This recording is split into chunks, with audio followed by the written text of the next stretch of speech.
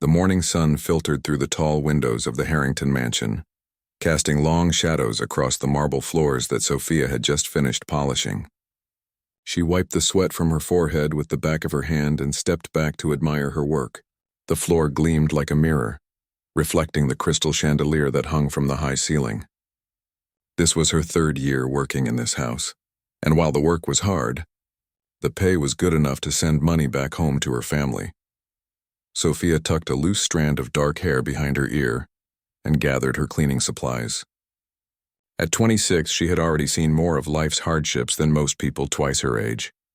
Her small shoulders carried the weight of her family's hopes. Her mother who worked tirelessly at the local market, her younger brother who dreamed of becoming a doctor, and her little sister who was still in school. Every dollar she earned in this mansion meant something back home. The sound of heavy footsteps made her straighten her back. Mr. Victor Harrington, the owner of the mansion and one of the richest men in the city, walked down the grand staircase, his eyes glued to his phone. He was a tall man with salt and pepper hair, always dressed in expensive suits that probably cost more than Sophia earned in 6 months. "The floor better be dry before the guests arrive," he said without looking up from his phone, "and make sure the silver is polished again. It looked dull yesterday." "Yes, Mr. Harrington," Sophia replied quietly, lowering her gaze. "I'll take care of it right away." Victor Harrington had made his fortune in real estate development, buying old buildings and turning them into luxury apartments or high-end office spaces. People called him a visionary, but the staff in his house knew him as a demanding boss with impossibly high standards and a temper that could flare without warning. Sophia hurried to the kitchen where the head housekeeper, Mrs. Chen, was already directing the other staff for the evening's dinner party. "There you are," Mrs. Chen said when she spotted Sophia. "I need you to help set the dining table after you finish with the silver. Mr. Harrington is having 12 important guests tonight, potential investors, for his new project downtown." Mrs. Chen had been with the Harrington household for over 15 years and had taken Sophia under her wing when she first arrived, confused and overwhelmed by the size and luxury of the place. With her kind eyes and no-nonsense attitude, Mrs. Chen had taught Sophia everything she needed to know about working in a household like this. "Is there anything special I should know about tonight's dinner?" Sophia asked as she carefully took out the silver cutlery from its wooden box.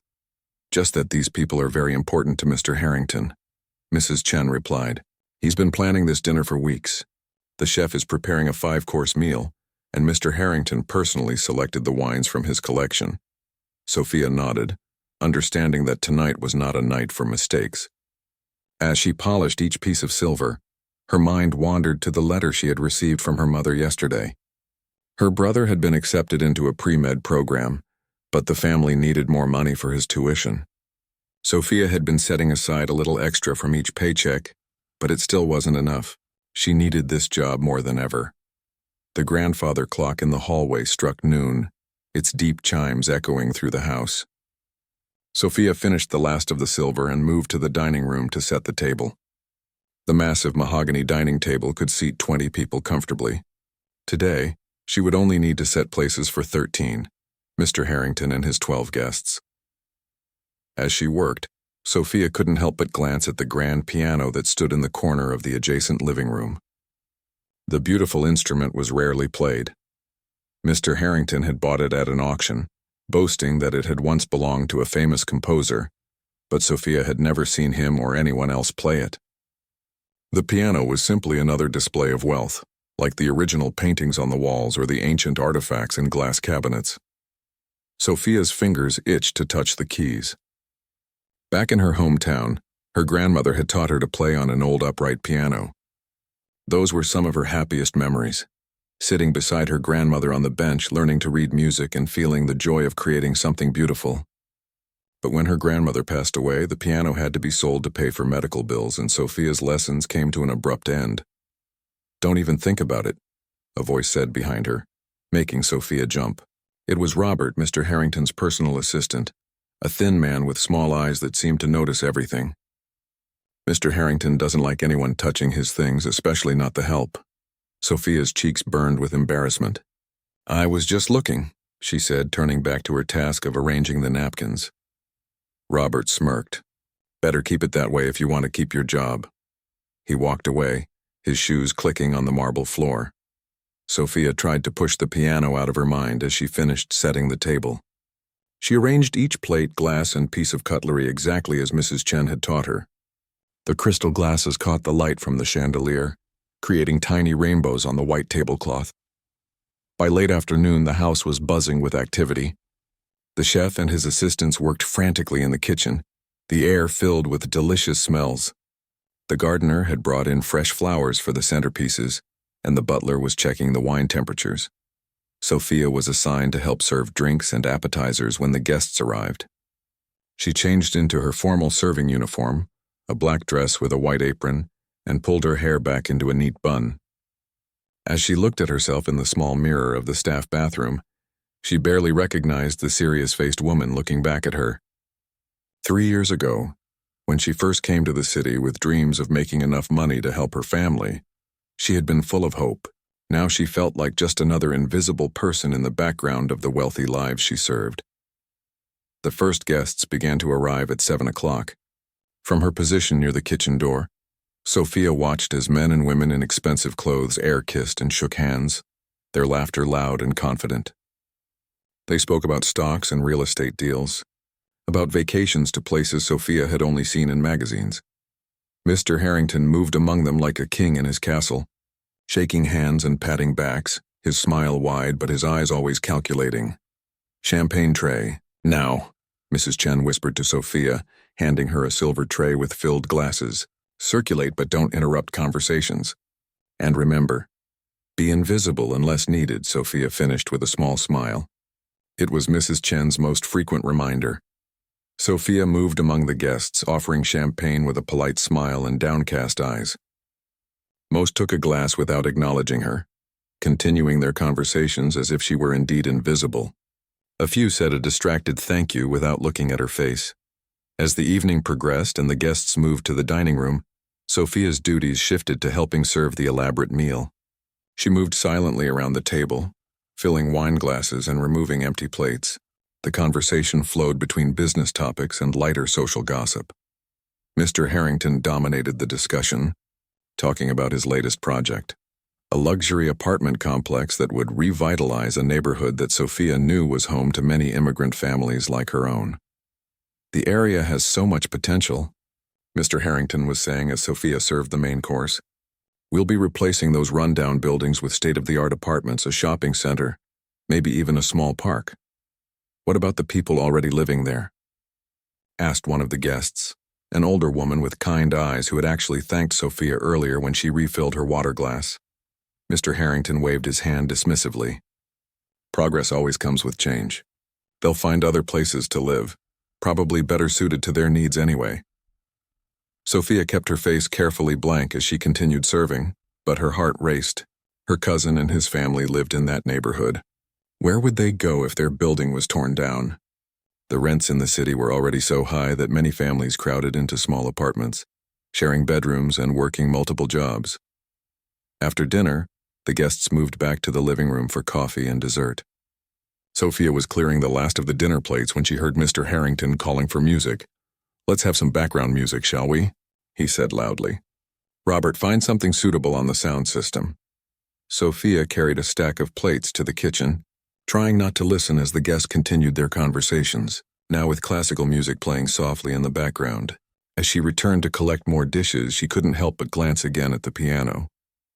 Under the soft lighting, its polished surface gleamed invitingly. "Stop daydreaming and finish clearing the table," Mrs. Chen whispered as she passed by. "There's still dessert to serve." Sophia nodded and turned back to her work, but not before she noticed Mr. Harrington watching her with narrowed eyes.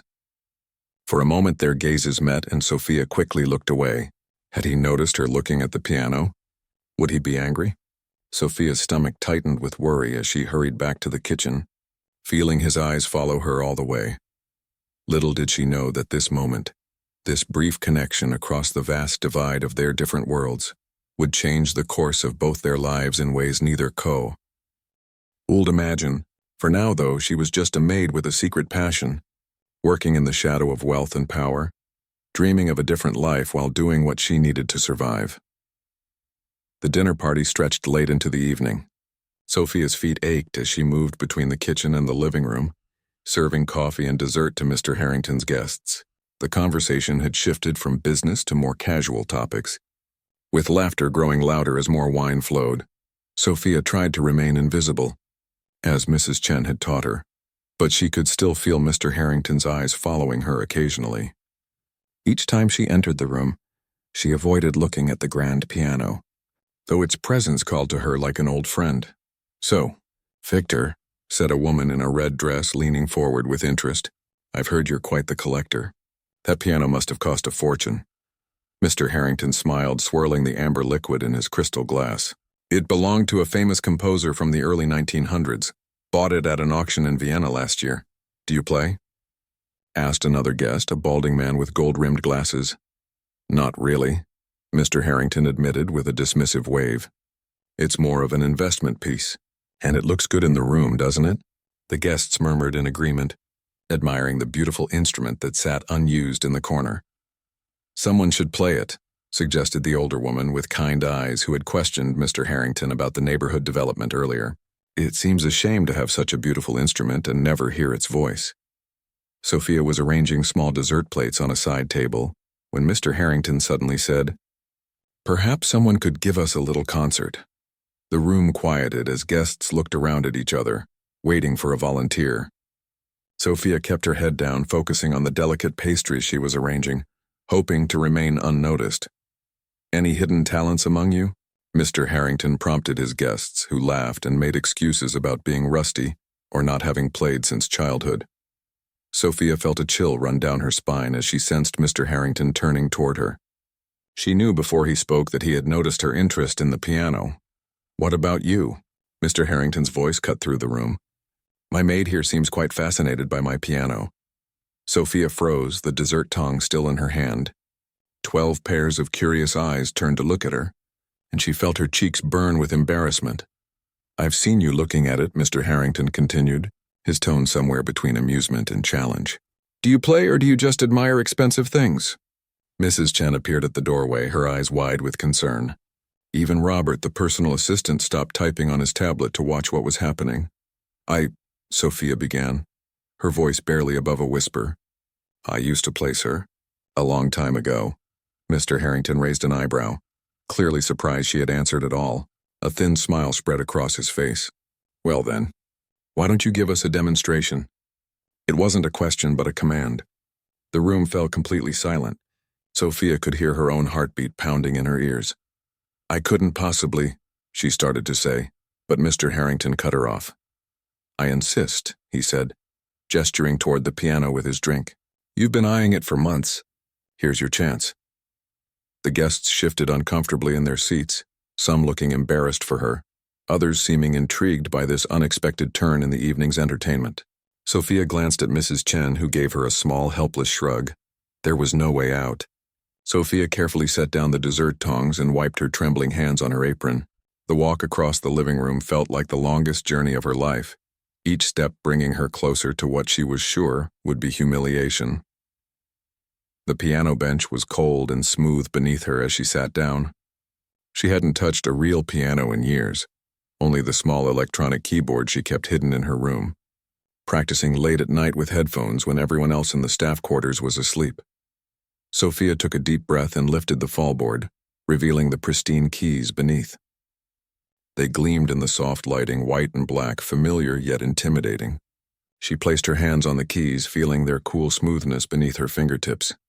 "Well?" Mr. Harrington prompted, impatience creeping into his voice. "We're waiting." Sophia closed her eyes for a moment, pushing away the room, the stairs, the judgment. In her mind, she was back in her grandmother's small living room, sunlight streaming through lace curtains, the smell of cinnamon in the air, and her grandmother's gentle hand guiding hers across the keys. "Play from your heart," her grandmother used to say. "The notes are just the beginning." Sophia opened her eyes and began to play. The first notes of Chopin's Nocturne in E-flat major filled the room, tentative at first, her fingers remembering the way. Then as the muscle memory returned, the music flowed more confidently, filling the high-ceilinged room with its haunting beauty. She had chosen the piece instinctively. It was the last one her grandmother had taught her before she passed away. and Sophia had practiced it obsessively on her small keyboard, finding comfort in its familiar patterns during lonely nights. The room disappeared as Sophia lost herself in the music. Her fingers moved across the keys with growing assurance, coaxing a depth of emotion from the instrument that had sat silent for too long. The rich, mellow tones of the expensive piano responded to her touch in a way her small keyboard never could, and Sophia felt tears prick at her eyes as the music swelled. The piece was melancholy yet hopeful, complex yet accessible, much like Sophia herself. As she played the final notes, letting them linger in the air before fading to silence, she suddenly remembered where she was and who was watching. Sophia's hands froze above the keys. The silence that followed was complete. She slowly lowered her hands to her lap and raised her eyes. What she saw stunned her. The guests were staring at her with expressions ranging from surprise to admiration. The woman in the red dress had tears in her eyes. The man with the gold-rimmed glasses was shaking his head in disbelief, and Mr. Harrington, his face had transformed. The smug smile was gone, replaced by something Sophia couldn't quite read. His eyes were wide, his lips slightly parted as if he had been about to speak but had forgotten the words. "That was," he began, then stopped, clearing his throat. "Where did you learn to play like that?" Sophia's voice was small but steady. "My grandmother taught me when I was young. She was a music teacher back home." "And you've been working as a maid?" asked the older woman with kind eyes, her voice soft with wonder. Sophia nodded, her eyes lowering again. "My family needed the money after my father died. I had to stop my lessons." "But you've kept practicing," Mr. Harrington said. "It wasn't a question." "When I can," Sophia admitted. "I have a small keyboard in my room." One of the guests, a tall woman with silver hair who had been introduced as the director of the city's cultural center, leaned forward. "My dear, that was Chopin played with the soul of someone who truly understands his work. You have a rare gift." Sophia felt her face flush again, but this time with a different kind of heat. Pride instead of shame, joy instead of embarrassment. "Play something else," suggested another guest, and murmurs of agreement rippled through the room. Sophia looked at Mr. Harrington, waiting for his permission. After all, she was still his employee, and this was still his piano. Mr. Harrington seemed to be wrestling with something inside himself. His initial plan to embarrass her had backfired spectacularly. Instead of providing his guest with amusement at her expense, he had accidentally revealed a hidden talent in his own household. "Yes," he said finally, his voice rougher than usual. "Play something else, please." The please hung in the air, as unexpected as Sophia's talent had been. She turned back to the piano, feeling a newfound confidence. This time she chose a piece by Debussy, Clair de Lune, its dreamy, impressionistic notes floating through the room like moonlight on water. As she played, Sophia was vaguely aware of movement behind her. Mrs. Chen had stepped fully into the room, her usual professional reserve softened by wonder. Robert had put down his tablet and was watching with undisguised amazement. Even the chef had emerged from the kitchen, wiping his hands on his apron as he stood transfixed in the doorway. When Sophia finished the second piece, the applause was immediate and genuine.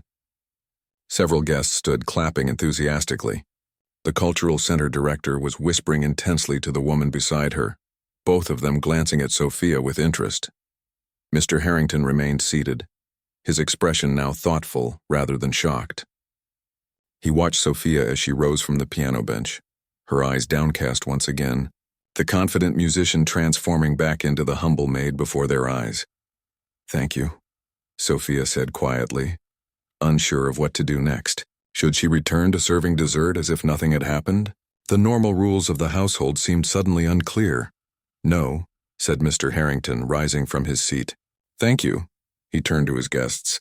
"I believe we've all been treated to something quite special tonight." The rest of the evening passed in a blur for Sophia. She was allowed to return to her duties, but everything had shifted. The guests looked at her differently now, with respect and curiosity rather than indifference. They thanked her by name when she served them coffee. One even asked about her favorite composers. As the last guests were leaving, Sophia overheard the cultural center director speaking intently to Mr. Harrington. "You have a diamond in the rough here, Victor," she said. "It would be a crime to let that talent go to waste." Mr. Harrington nodded, his eyes finding Sophia across the room. "Yes," he said thoughtfully. I believe you're right. Sophia turned away, pretending not to have heard. But as she carried a tray of empty coffee cups to the kitchen, her heart raced with a new and unfamiliar feeling. Hope. The morning after the dinner party, Sophia woke earlier than usual. She lay in her small bed in the staff quarters, staring at the ceiling as memories from the previous night flooded back. Had she really played Mr. Harrington's expensive piano in front of all those important people? The expressions on their faces, surprise, admiration, even respect, seemed like something from a dream. She got up quietly, careful not to wake Lucia, the other maid who shared the room with her. Sophia's small keyboard sat on the desk in the corner, covered with a cloth to protect it from dust. She touched it gently, thinking about how different it felt from the magnificent piano in the living room.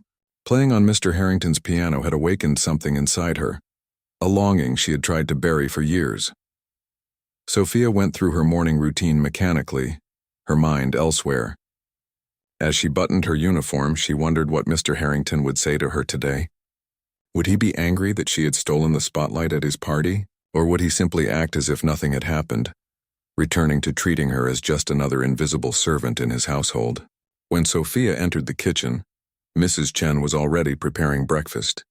The older woman looked up from the coffee she was brewing and gave Sophia a small smile. There she is, Mrs. Chen said softly. Our pianist. Sophia felt her cheeks warm. I didn't mean to cause any trouble. Mrs. Chen shook her head. No trouble. You made quite an impression last night. She lowered her voice. Mr. Harrington asked to see you in his study after breakfast. Sophia's stomach tightened with anxiety. Did he say why? No, Mrs. Chen replied, turning back to the stove. But he didn't look angry. Sophia went about her morning duties with nervous energy, cleaning the dining room where just hours before she had served Mr. Harrington's guests. She found herself glancing repeatedly at the grandfather clock, watching the minutes tick by until the time when Mr. Harrington usually finished his breakfast. At precisely 9 o'clock, Sophia knocked softly on the door of the study. Enter, called Mr. Harrington's voice from inside. Sophia stepped into the wood-paneled room that she normally only entered to clean when Mr. Harrington was away. Now he sat behind his massive desk, reading glasses perched on his nose as he reviewed some papers. He looked up when she entered, his expression unreadable. You wanted to see me, sir? Sophia said, clasping her hands in front of her to stop them from shaking. Mr. Harrington removed his glasses and gestured to a chair across from his desk. Sit down, Sophia. She hesitated. In 3 years she had never been invited to sit in his presence. Please, he added, noticing her uncertainty. Sophia perched on the edge of the chair, her back straight, hands folded in her lap. Last night was, Mr. Harrington began, then paused, seeming to search for the right words. Unexpected. I'm sorry if I embarrassed you, sir, Sophia said quickly. Mr. Harrington looked genuinely surprised. Embarrassed me? Quite the contrary. You impressed everyone in that room, myself included. He leaned forward, studying her face. What I don't understand is why someone with your talent is working as a maid in my house. Sophia lowered her eyes. As I said last night, my family needed money after my father died. I had a scholarship to study music at the conservatory back home, but I had to leave to support my mother and siblings. And you've been working as a maid for how long now? 3 years here, sir, and 2 years at another house before that. Mr. Harrington shook his head, a frown creasing his forehead. 5 years of talent wasted on cleaning floors and serving drinks. Sophia looked up, a flash of defiance in her eyes. It wasn't wasted, sir. The work I do here has kept my family fed and my brother in school. He's starting medical school next semester. Her voice softened, and I never stopped playing, just not on a piano like yours. Mr. Harrington nodded slowly, seeming to see her, really see her for the first time. Isabel Torres called me this morning, he said. Sophia looked at him blankly. The director of the cultural center, he clarified. The woman with silver hair at the party last night. She was quite taken with your playing. Sophia's pulse quickened. She was very kind. She's not known for kindness, Mr. Harrington said dryly. She's known for recognizing talent, and she thinks you have exceptional talent. He tapped his fingers on the desk. She's asked to meet with you. Sophia's eyes widened. With me? Why? To discuss opportunities.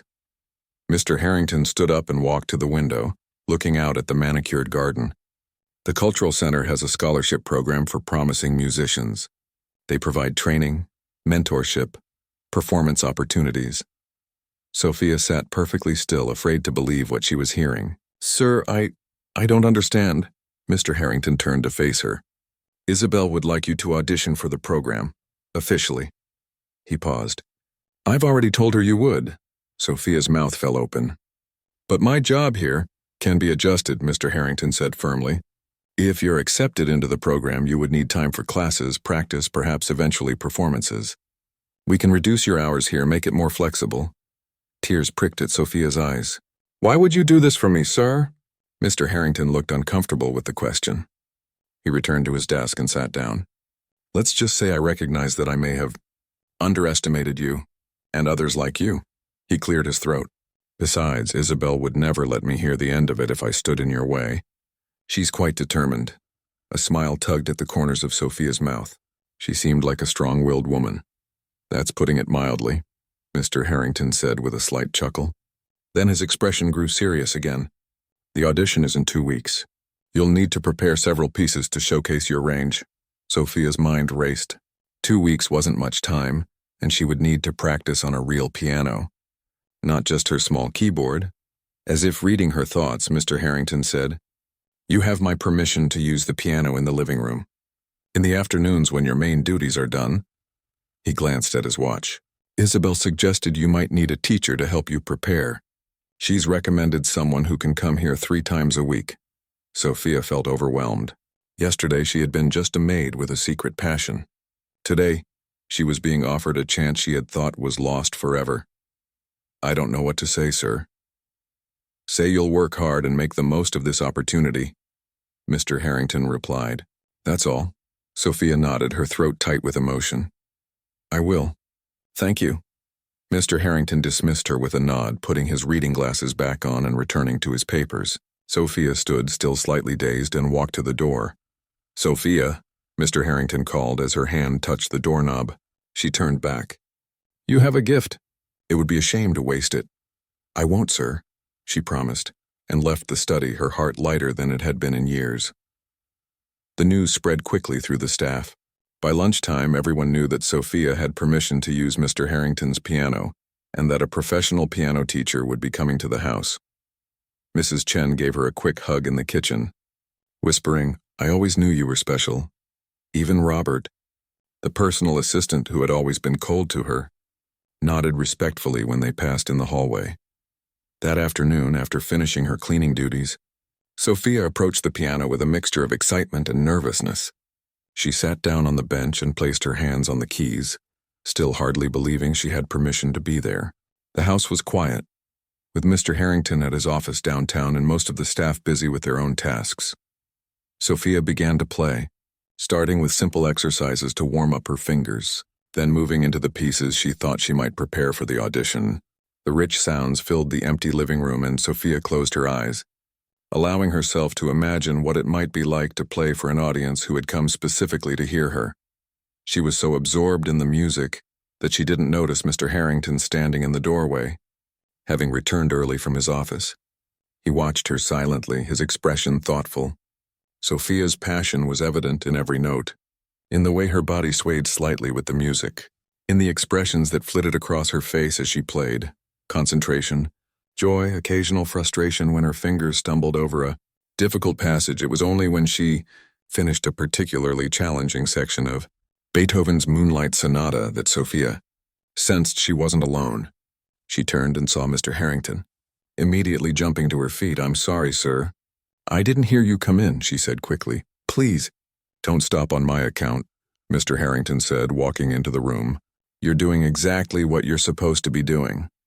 Sophia sat down again, still feeling strange about playing while her employer watched. Is there anything else you need for your preparation? Mr. Harrington asked. Sheet music, books? Sophia hesitated, then decided to be honest. I could use some sheet music for the pieces I want to prepare. And maybe some books on theory. I'm a bit rusty, Mr. Harrington nodded. Make a list and give it to Robert. He'll order whatever you need. Thank you, sir. Mr. Harrington lingered a moment longer, then said, I have calls to make. Please continue practicing. As he walked away, Sophia realized that something fundamental had shifted between them. She was still his employee, but she was also something else now, a musician whose talent he respected. Sophia turned back to the piano, a small smile on her lips. For the first time in years, she allowed herself to dream about a future different from the one she had resigned herself to, a future where music wasn't just a private comfort but the center of her life again. She began to play once more, her fingers dancing across the keys with newfound purpose. The week following Mr. Harrington's surprising offer flew by in a blur for Sophia. Her days took on a new rhythm: morning cleaning duties, a quick lunch, then 2 precious hours at the piano before returning to her regular work in the evening. Her fingers were sore, and her mind was constantly filled with music, notes dancing through her head even as she dusted shelves and folded laundry. On the 3rd day, her piano teacher arrived.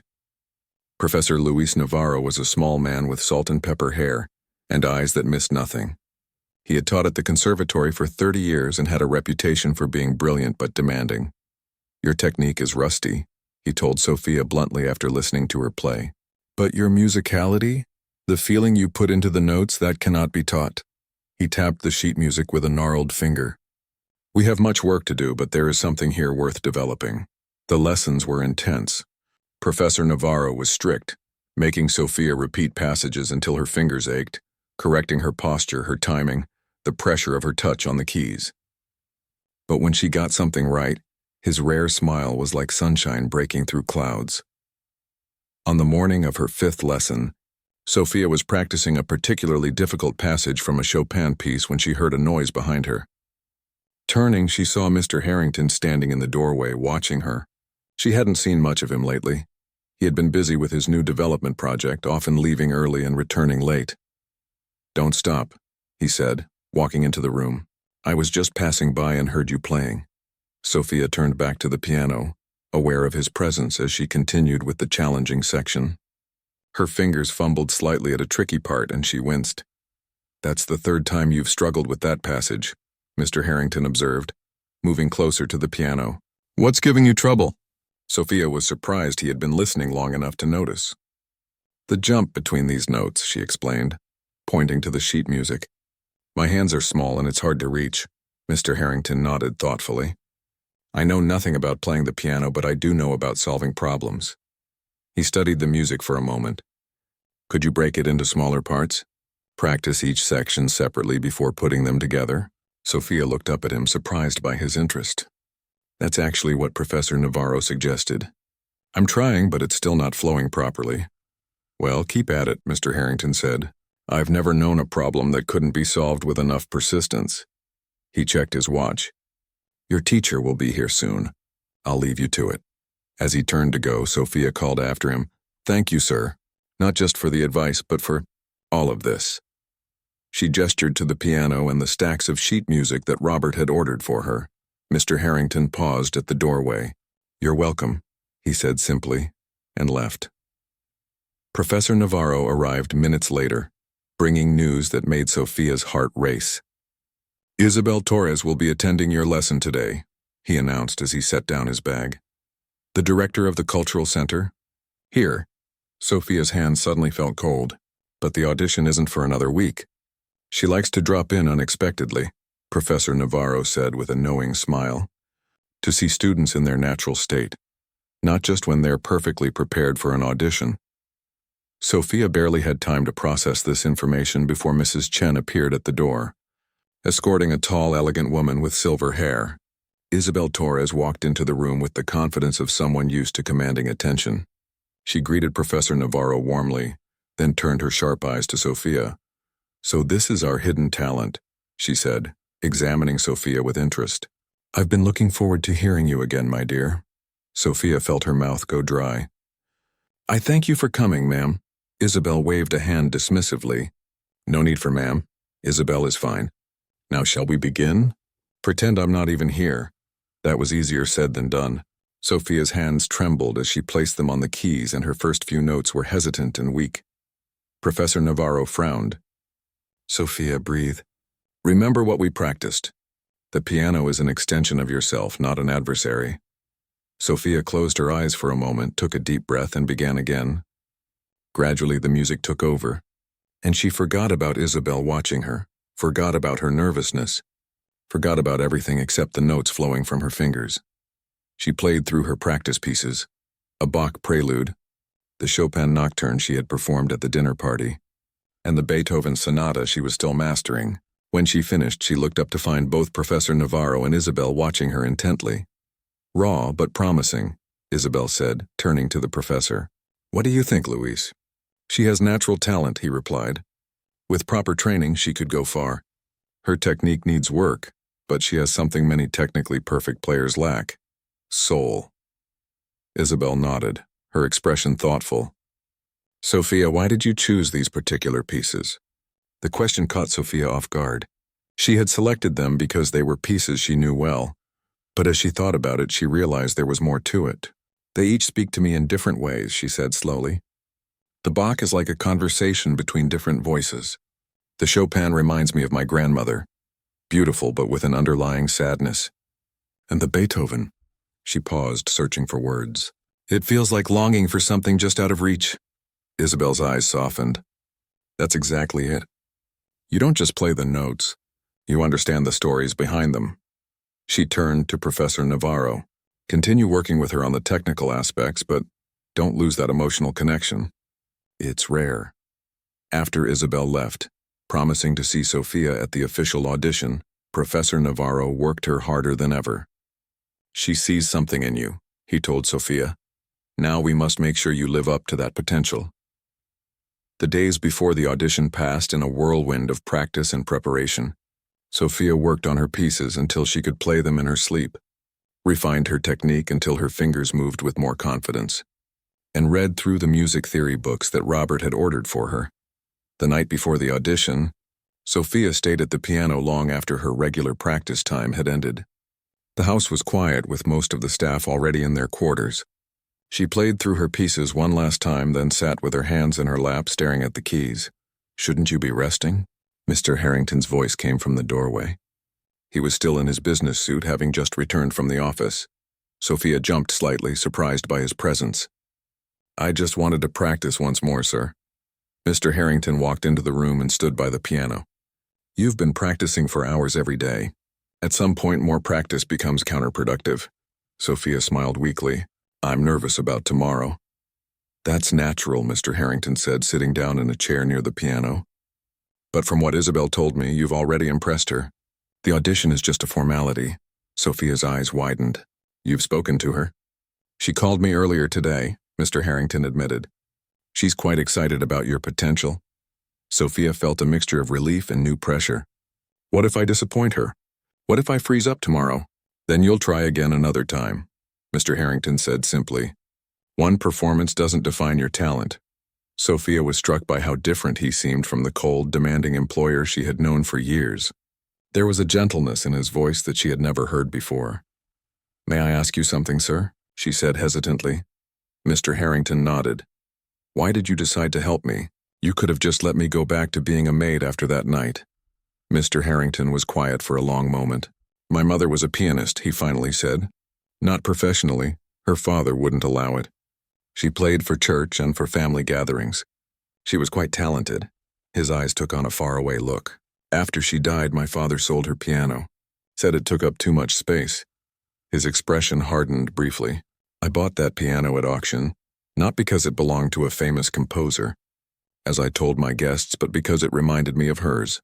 Sophia sat very still, touched by this unexpected glimpse into his past. "When I heard you play," he continued, "it reminded me of her, the same passion, the same connection to the music." He straightened in his chair as if suddenly aware he had revealed too much. Anyway, it seemed wrong to let such talent go to waste. "Thank you for telling me," Sophia said softly. Mr. Harrington stood, his usual businesslike manner returning. "You should get some rest now. Big day tomorrow." Sophia nodded and closed the piano. "Good night, sir." As she walked toward the door, Mr. Harrington called after her. "Sophia." She turned. "Whatever happens tomorrow, you've already proven you're much more than just a maid." Sophia felt tears prick her eyes. "Thank you," she whispered and left the room. Back in her small room, Sophia lay awake for a long time, thinking about how much had changed in just 2 weeks. Whatever happened at tomorrow's audition, she knew her life had already taken a new direction. Music, which had been her private solace for so long, was becoming her path forward. And Mr. Harrington, the demanding employer she had feared for years, had revealed himself to be something she had never expected, an ally, perhaps even a friend. With these thoughts swirling in her mind, Sophia finally drifted off to sleep, the melodies of her audition pieces playing softly in her dreams. The morning of the audition arrived with golden sunlight streaming through Sophia's small window. She had barely slept, her mind replaying the music over and over, imagining herself at the piano in front of the judging panel. Now, as she got dressed in the outfit, Mrs. Chen had helped her choose a simple black skirt and white blouse that looked professional but not too formal. Her hands trembled. Slightly, a soft knock on her door made her jump. "Sophia, are you ready?" Mrs. Chen called. "Breakfast is waiting, and Mr. Harrington says the car will be out front in 45 minutes. The car. Mr. Harrington had insisted on having his driver take Sophia to the cultural center for her audition. "It wouldn't do to have you arrive by bus all tired and flustered," he had said when she tried to decline the offer. "Coming," Sophia called, taking one last look in the small mirror. The face that looked back at her seemed different somehow. Still herself, but with a new light in her eyes, a new purpose in her expression. In the kitchen, the entire staff was waiting. Mrs. Chen had prepared Sophia's favorite breakfast, and even Robert was there, looking slightly uncomfortable but present nonetheless. "We wanted to wish you luck," Mrs. Chen said, squeezing Sophia's arm affectionately. "All of us," added Lucia, the other maid. "You're going to be amazing." Sophia felt tears spring to her eyes. These people had been her work colleagues for years, but now she realized they were also something like family. "Thank you all so much," she said, her voice thick with emotion. She ate what she could of the special breakfast, though her stomach was tied in knots. As she was finishing, Mr. Harrington appeared at the kitchen door, a rare sight that made everyone stand a little straighter. "The car is ready whenever you are," he said to Sophia. Then, surprising everyone, he added, "I'll be accompanying you to the center." Sophia nearly choked on her tea. "You're coming too, sir?" Mr. Harrington nodded. "Isabel asked me to attend." He checked his watch. "We should leave in 10 minutes to allow for traffic." The ride to the cultural center was mostly silent. Sophia stared out the window at the city passing by, trying to calm her racing thoughts. Beside her, Mr. Harrington worked on his tablet, occasionally taking calls, but every so often she caught him glancing at her with what seemed like concern. "Nervous?" he asked during a break between calls. Sophia nodded. "Terrified," she admitted. Mr. Harrington put down his tablet. "When I made my first major real estate presentation, I was so nervous I dropped all my papers on the way to the podium," he said, surprising her with this personal revelation. "They scattered everywhere. I had to get down on my hands and knees to gather them while everyone watched." Sophia couldn't help smiling at the image. "What did you do?" "I made a joke about wanting everyone to have a closer look at my blueprints. They laughed, the tension broke, and I gave the best presentation of my career." He smiled slightly at the memory. "Sometimes our worst moments can turn into our best if we don't let them defeat us." Sophia took a deep breath. "Thank you for sharing that, sir." The Cultural Center was an impressive modern building with floor-to-ceiling windows and a grand entrance. As they walked through the main doors, Sophia felt small and out of place among the well-dressed people moving purposefully through the lobby. Mr. Harrington, however, strode forward confidently, and she followed in his wake. Isabel Torres was waiting for them near the reception desk. She greeted Mr. Harrington with a handshake and Sophia with a warm smile. "Our pianist arrives," she said. "Are you ready, my dear?" Sophia nodded, not trusting her voice. "The panel is already in the audition room," Isabel explained. "There are 5 judges, including myself and Professor Navarro. You'll play your 3 prepared pieces, and then we may ask you to sight read something new." Sophia's eyes widened at this last part. Sight reading had always been her weakness. Isabel must have noticed her alarm because she added gently, "Don't worry too much about the sight reading. We're primarily interested in your interpretation of the prepared pieces." They followed Isabel down a corridor to a large room with a beautiful grand piano at its center. 4 people sat at a table facing the piano, Professor Navarro and 3 others Sophia didn't recognize. Professor Navarro gave her an encouraging nod. "Mr. Harrington, you can sit there." Isabel pointed to a chair at the side of the room. "Sophia, whenever you're ready." Sophia walked to the piano, her legs feeling like jelly. She sat down on the bench and placed her hands in her lap, trying to steady her breathing. The room was silent, all eyes on her. For a moment, panic threatened to overwhelm her. What was she doing here? She was just a maid, not a real pianist. Then she remembered Mr. Harrington's story about dropping his papers and how he had turned a potential disaster into a triumph. She glanced over at him, and he gave her a small, reassuring nod. Sophia placed her hands on the keys and began to play. She started with the Bach prelude, focusing on the precise, intricate patterns of notes. As she played, her nervousness gradually faded, replaced by the familiar joy of making music. The Bach flowed into the Chopin Nocturne, which she played with all the emotion she could summon, thinking of her grandmother and all the sacrifices her family had made. Finally, she moved into the Beethoven Sonata, the piece that had given her the most trouble during practice but now seemed to flow from her fingers as if she had been playing it all her life. When she finished, there was a moment of complete silence in the room. Sophia kept her eyes on the keys, afraid to look up and see disappointment on the judges' faces. Then someone started to clap, and others joined in. Sophia raised her head to see all 5 judges applauding, with Isabel and Professor Navarro smiling broadly. Even Mr. Harrington was clapping, a look of pride on his face that made Sophia's heart swell. "Beautiful," said Isabel, making notes on her paper. "Now we do have one sight-reading piece if you're willing to try." Sophia nodded, her confidence boosted by the response to her performance. Isabel brought over a piece of sheet music and placed it on the piano. It was a modern composition Sophia had never seen before, with complex rhythms and unusual harmonies. "Take a moment to look it over," Isabel said kindly. "No rush." Sophia studied the music, noting the tricky passages and trying to understand the overall structure. Then she began to play, carefully at first, then with growing assurance as she found her way through the piece. She made several mistakes, hitting wrong notes and struggling with some of the rhythms, but she kept going, never stopping until she reached the end. "Very good," said one of the judges Sophia didn't know. "Not perfect, of course, but you maintained the character of the piece despite the errors. That shows real musicality." The judges conferred quietly among themselves for a few minutes while Sophia waited, her hands twisted together in her lap. Finally, Isabel turned to her with a smile.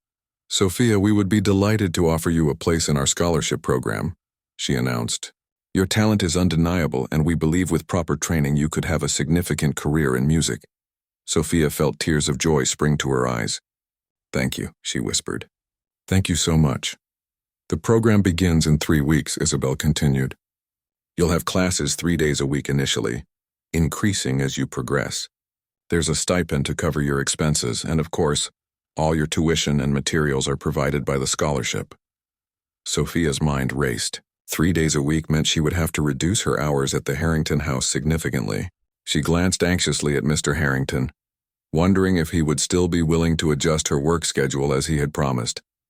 As if reading her thoughts, Mr. Harrington stood and approached the judge's table. "Sophia is a valued member of my household," he said, "but I fully support her pursuing this opportunity. We'll make whatever arrangements are necessary for her schedule." Isabel looked pleased. "Excellent. And Victor, I hope you'll consider what we discussed earlier." Mr. Harrington nodded. "I've already spoken to my accountant about it." Sophia looked between them, confused. "Mr. Harrington has expressed interest in establishing a foundation to support talented musicians who lack financial resources," Isabel explained to Sophia. "You, my dear, have inspired quite a change in your employer." Sophia turned to Mr. Harrington in astonishment. "A foundation? Because of me?"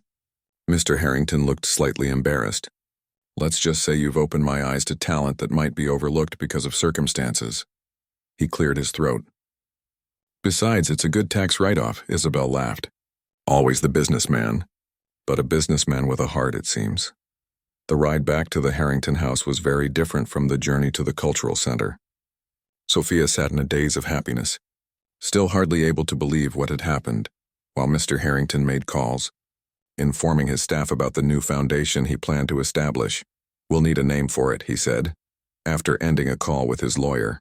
Any suggestions? Sophia thought for a moment. What about the Elena Harrington Foundation? She suggested. After your mother? Mr. Harrington looked surprised, then deeply touched. How did you know her name was Elena? Mrs. Chen mentioned it once when she told me about the photos in your study, Sophia admitted. She said your mother loved music and that's why you had the piano. Mr. Harrington was quiet for a long moment. The Elena Harrington Foundation, he repeated softly. Yes, I think that would be perfect. When they arrived back at the house, the entire staff was waiting to hear the news. There were cheers and hugs when Sophia announced she had been accepted into the program. Mrs. Chen wiped tears from her eyes, and even Robert offered his congratulations. That evening, after the excitement had died down, Sophia found herself alone in the living room with the piano. She sat down and played a simple melody, one of the first her grandmother had taught her. As the sweet, uncomplicated notes filled the room, she reflected on the extraordinary journey that had brought her to this moment. 2 weeks ago, she had been just a maid with a secret passion. Now she was at the beginning of a new path, one that would allow her to pursue her dreams while still supporting her family. And Mr. Harrington, the man she had once feared, had become not just her employer but her champion. Sophia heard footsteps and turned to see Mr. Harrington in the doorway. He listened until she finished playing, then said quietly, "My mother used to play that same melody." Sophia smiled. "It's one of the first pieces most people learn." Mr. Harrington walked into the room and stood beside the piano. "I wanted to thank you, Sophia." She looked up at him in surprise. "Thank me? For what, sir?" "For reminding me of something important that I'd forgotten." He gazed at the piano thoughtfully. "That sometimes the most valuable things in life aren't the ones that can be bought or sold. And that talent and worth can be found in the most unexpected places." He smiled, a genuine warm smile that transformed his usually serious face. "I think we both have exciting new journeys ahead of us." Sophia nodded, her heart full. "Yes, sir. I believe we do." The melody she had just played lingered in the air between them, a simple tune that had become somehow the beginning of something new and beautiful for them both.